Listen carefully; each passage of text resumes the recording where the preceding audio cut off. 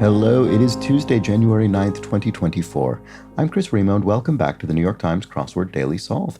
It's a Tuesday crossword today, which means we're going to be solving what should be another relatively gentle early week themed crossword. And in this case, I really do hope it is fairly gentle because I know I do say this more often than I should, but it is true today. I'm extremely short on time, so I'm going to have to slightly rush through this puzzle, hopefully not too obnoxiously. And this slightly rushed edition of the Daily Solve has been brought to us by Henrik Koskinen, David Innes, Josh Lucas, and, as always, the indomitable Shoalmasters. So thank you so much to the four of them. They are benefactors of the Daily Solve Patreon campaign, which means they sustain this channel by supporting this series directly, and I'm very grateful to them for that. If you'd like to do the same, you can head to patreon.com/dailysolve or click the link in the description field where you'll find the bonus videos available to patrons, as well as for benefactors, the Let's Check the Crosses official mug. So do check that out. Thank you again to everybody who's a patron. I really do appreciate it. And thanks as well if you help out the channel by liking the videos, subscribing to the channel on YouTube, commenting if you feel so moved, and any other interactions. Those things are all helpful as well. Finally, there's the Daily Solve Discord chat server, which is a nice, friendly chat community that discusses these videos, crosswords, other puzzles, and there's a link in the description field to that as well. All right, let's get on to the crossword by Adam Wagner, who's constructed nearly 20 puzzles for the New York Times. It was edited, as always, by Will Shorts. Let's start solving, see what sort of theme he's cooked up for us on this Tuesday crossword. Right, and we see some circled cells. Looks like they're arranged in pairs of three spread across, or sorry, pairs, well, in three pairs of two. Obviously, pairs of two is redundant, but there are six of these split across three answers. Okay. Lawn game played with a ball known as a Polino. This is bocce, I'm pretty sure. I used to play bocce with some friends. I'm sure we were playing a sort of compromised version of it in some sense. It was just wasn't on a special court or anything like that. Anyway, thin snack. A thin snack. I don't know. I don't know. I can't think. Bully and back. Oh no, sorry, I'm reading the wrong one. Well, here the down here is Bully and Back to the Future, who I do remember is Biff. I only saw this film for the first time a few years ago, believe it or not. Formal words of commitment. Not sure. And here we have home for the artist Edvard Munch. Oslo, I would think. I bet that's the answer. So what are the formal words of commitment? Oh, I swear. Right, okay. In court, for instance, something like that. So then what would this be then? CW. Spicy ramen condiment. Oh, maybe this isn't I swear. Oh, that's surprising. So spicy ramen condiment. Well, ramen condiment specifically. Chili something? Chili. I don't know. Does that work with this? Formal words of commitment. Oh, I shall or I shalt. I shall, I think. Thou shalt. Yeah, okay, I shall. Monte Carlo. There we go. And John, who sang Benny and the Jets, Elton John sang that song. There we go. You often get Elton John clued this way, and I always feel it's intended as just the slightest bit of misdirection because John reads like a given name most of the time, but obviously in this case it's a surname. If you toyed with someone, maybe you flirted with them, romantically toyed with them. Blank Alcindor, Kareem Abdul-Jabbar, formerly. Lou Alcindor. I have heard Kareem Abdul-Jabbar's full name. He's had a funny career. He's gone on to become a novelist. I think he writes novels in the sort of mythos of Sherlock Holmes. Exhibited heliotropism as a flower. Followed the sun. There we go. So helio for sun, of course. So that was a bit of a clue there. Oh, and then here we have wed and sun. So presumably this is Wednesday and Sunday. Okay, maybe we'll have 6 days of the week spelled out, perhaps? Could be. We'll find out soon enough. First place of a home reno. Demolition, I guess? Demolishing the old bits. Joe's co-host on Morning Joe. Oh, this is a U.S. politics show. I probably will recognize this name, but I can't think at the moment. I wouldn't have seen this in many years. Finished off did up or something. I don't know. Exploded. lost one's, I don't know. I was thinking of sort of lost one's temper, that kind of thing, but not sure. Thin snack, right. Omitted as a syllable. If you elided a syllable from a word, you sort of didn't really pronounce it. Neighborhood in Lower Manhattan. Neighborhood in Lower Manhattan. What would it be? I don't know. I'm sort of thinking Chelsea, Soho. What would it be? I'm not sure offhand. Okay. Layman's term. Okay, well, layman you pronounce it and it sort of sounds like layman, sort of non-clergy member that, or sort of a non-professional in a more casual context. But in here, the lay is referring, I think, to the Hawaiian flower garland. So aloha is probably the word being referenced. Rank's counterpart on a chessboard. Oh, well, rank and file. There we go. Which has become a sort of, we use that for all kinds of generic meanings. New York City named for its most famous former resident. New Jersey City named for its most famous former resident. I'm not sure. I mean, it sort of looks like Odessa to me, but I haven't a clue if that's actually the case. I don't know if that's the name of a city in New Jersey, but there are numerous places in the world called Odessa. Come back to return. Oh, right. Okay. That was simple. So what is this? Oh, a wafer is a thin snack. Oh, that was simple. There we go. Oh, Edison, New Jersey. Of course. Thomas Edison was from Menlo Park, New Jersey. Surprisingly, named after, I'm pretty sure this is the case, named after the Menlo Park in California rather than the other way around, as one might have expected. I think that's the case. If I'm wrong, I apologize. I could have that totally wrong. Anyway, neighborhood in Lower Man. Oh, Nolita. I can't remember what Nolita stands for. Oh, that's annoying. I can't think. Anyway, there it is. That's the name of a New York neighborhood anyway. Ballet or ballroom, e.g. is dance, ballroom dancing or ballet dancing. Part of a Tolkien army would be the orcs from Lord of the Rings. Novelist Anne Bronte was one of the Brontes. And if you, exploded, went nuclear? No, don't know. Okay, we looked at that already, finished off, we looked at that. What gives a gin fizz its fizz?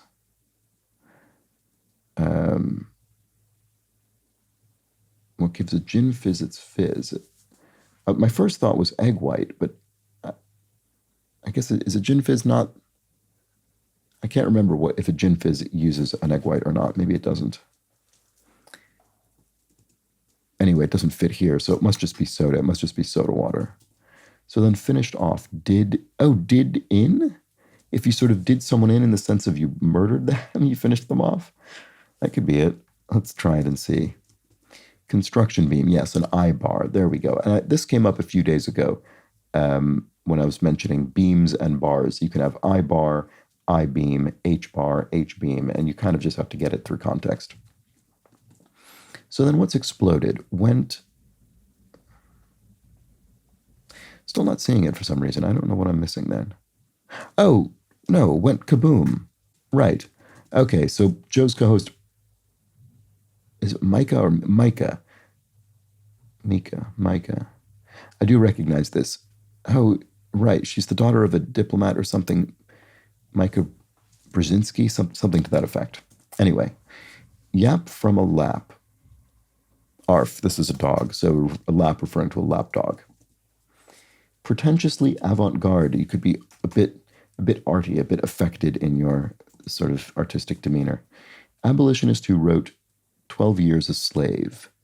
Oh, right, and this was adapted into a film. Oh, I'll recognize it when I see it, but I can't think just now. Bygone phrase for gone by, of yore, the sort of days of yore, days gone by. Elvis hit that was the B-side of Don't Be Cruel. I don't know, I just saw the film Priscilla the other day, which I thought was absolutely great about Priscilla Presley. It was, as the film title would suggest, much less about Elvis himself, and I've never really known Elvis very well, so I'm not sure what this might be. Okay, caterer's container, an urn maybe, like a coffee urn. And smallest Canadian province for short.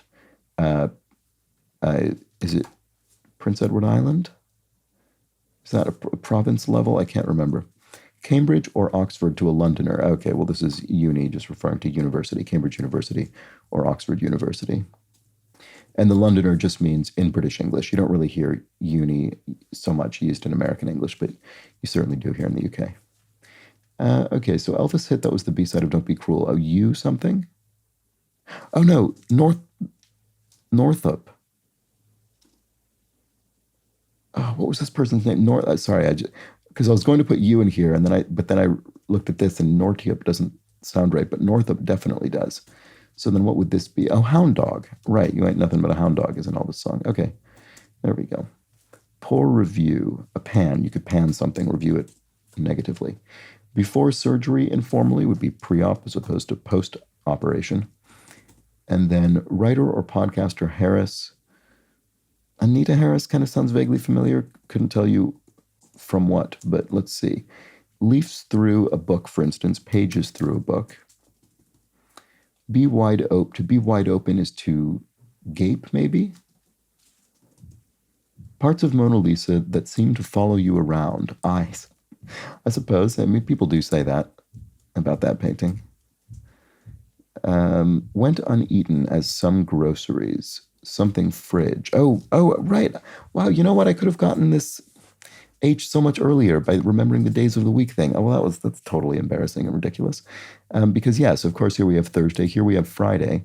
So what's left? Monday, Tuesday, and Saturday.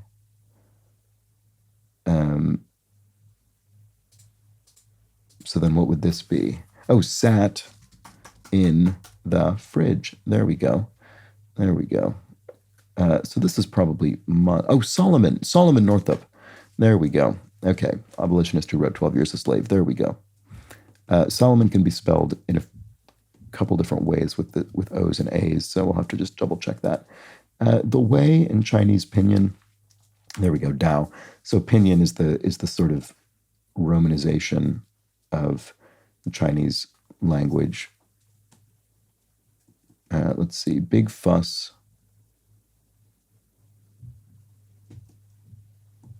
Usually a big fuss is in ado, A-D-O. That's interesting. So Dao, right, there must be multiple ways of transliterating Dao. I've usually seen it with a T, even though, we pronounce it with a sort of D sound, but I've seen it mainly with a T. Maybe that's what the pinyin bit is indicating here, a particular sort of method of transliteration. I'm not sure, but in any case, I think this must be the answer.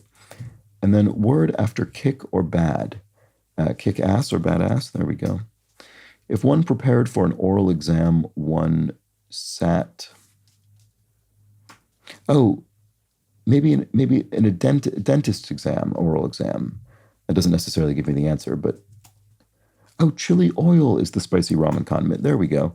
Okay, so this isn't sat. Oh, it's said ah. Right. Okay. Dentist says say ah, and then examines the interior of your mouth. Track and field athlete with a strong arm is a shot putter. Right. Yes, it is a shot putter. Okay. I don't think I realized that was a sort of track and field sport. I usually think of running, but obviously it's broader than that. But that's the answer. Blank. Okay, so te blank, I love you in Spanish. Te amo, for I love you in Spanish. And then dweeb is a dork. All right. Fantasy sports scoring standard, informally. Ooh, I have no idea. This doesn't ring any bells for me, unsurprisingly, I would say. Jazz singer Jones, Nora Jones. Do I think that's right? Roto? Sure, why not? Something to do with rotation? I don't know. Okay, if you're overly proper, you're prim. In fact, those words are often paired, prim and proper, to describe someone maybe slightly even prudish. Rapper whose name sounds like a beverage, that must be iced tea. And then part of a calendar septet and a phonetic hint to this puzzle's theme.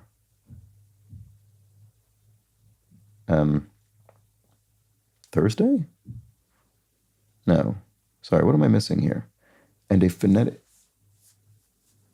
part of a calendar septet. I mean, that'll be the other day that we haven't represented, right? So what is that? Tuesday, right? Sorry, of course. So we already had Monday, Tuesday, Wednesday, Thursday, Monday, Wednesday, Thursday, Friday, Saturday, and Tuesday's the remaining day. And then, of course, Tuesday. I think I think this is punning on there being 2 days per line or something. Is that what it is or not? Tuesday.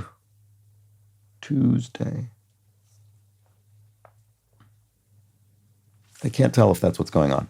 In any case, let's finish the puzzle. A good time would be fun. Futile would be no hope, a no hope situation, a futile situation. Oh, Aisha Harris. Okay, Aisha Harris. I have heard that name. Still couldn't tell you what from. All right, there's that. Dip that might be made in a molcajete informally. So molcajete is Mexican version of a mortar and pestle. It's a slightly different shape. But anyway, you'd make guacamole in that. And a $1,000 bill slangily is a G note, G for, slangily for 1,000 in that context. And then classic Asimov collection, I, Robot is a collection of science fiction stories by Isaac Asimov. Mountain goat could be an ibex, is an example of one of those.